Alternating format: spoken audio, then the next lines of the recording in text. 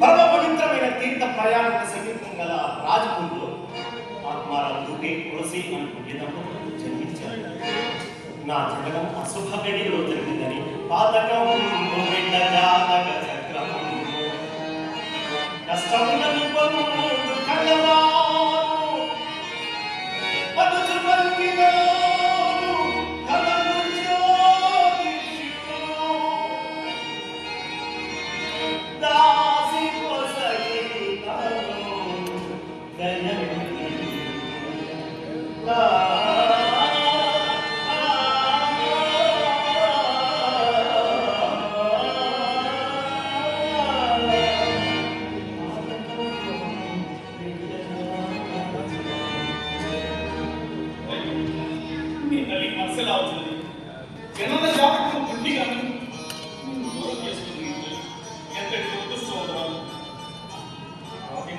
నాకు 5 సంవత్సరాలు నన్ను కొంతకాలం నన్ను కథ తల్లిదండ్రులు కూడా కనుమూశారు. తల్లిదండ్రులు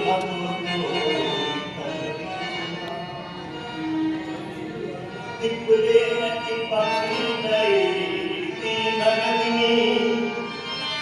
బ్రతుకునే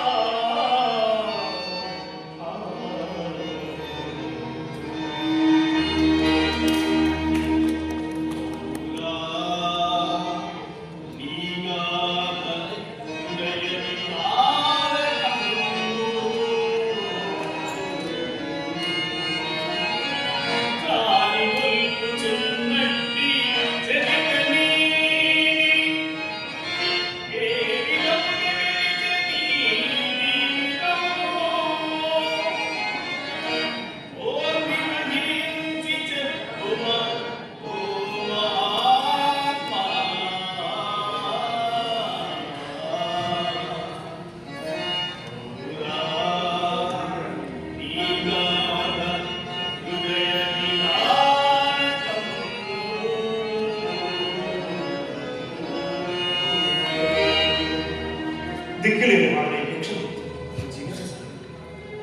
కొంతకాలం పార్వతి అనే కరుణాన్ని నాపై లేచు ఓహో వచ్చిన నా ధర్మాన్ని విశేషంగా పోషించసాగి రూపంగా పెరిగిందా లేదు కొంతకాలానికి ఆమె కూడా కనిపిస్తుంది నరనారాయణానంద స్వాముల వారు నా బాధ్యతను స్వీకరించారు నన్ను అయోధ్యకు వారు స్వామి వారిని నిత్యము తులసీదళంతో పూజించేవారు ఆ తులసీదళం నాకు తెప్పించేవారు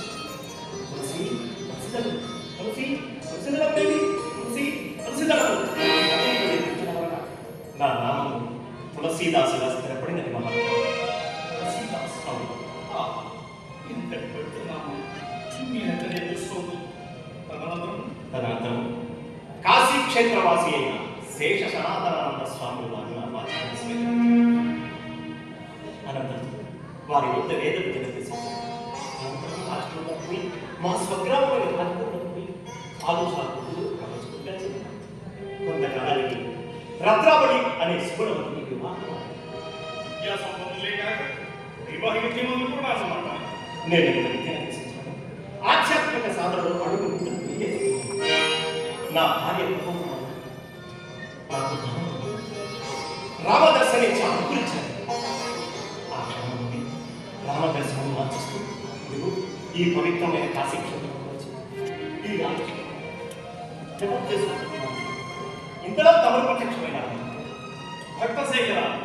నీవు నాకు శాపమును ప్రసాదించిన దానికి కృతజ్ఞతగా నేను నీవు తరించు మార్గంలో తెలియజేసి రామదర్శనాన్ని పొందడానికి చక్కని ఉపదేశం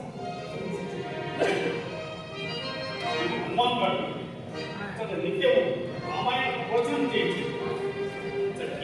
ఆంజనేయ స్వామి అనుదినము అర్థించింది అతడు సామాన్య మానవులనే కనిపించాడు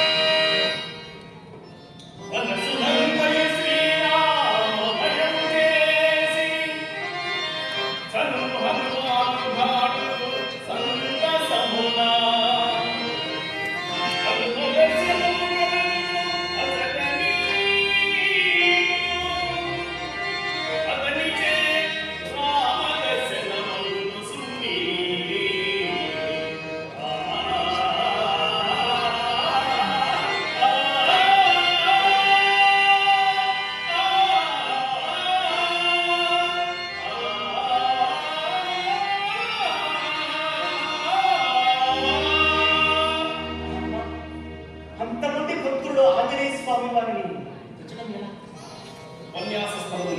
అందరికంటే ముందుగా ఎవరైతే వచ్చింది ఉపన్యాసానంతరం అందరికంటే చివరగా ఎవరైతే వెళ్ళింది అతని ఆంజనేయ స్వామి అతని వీరిని అనుసరించి అతను నేను లక్ష్యపెట్టి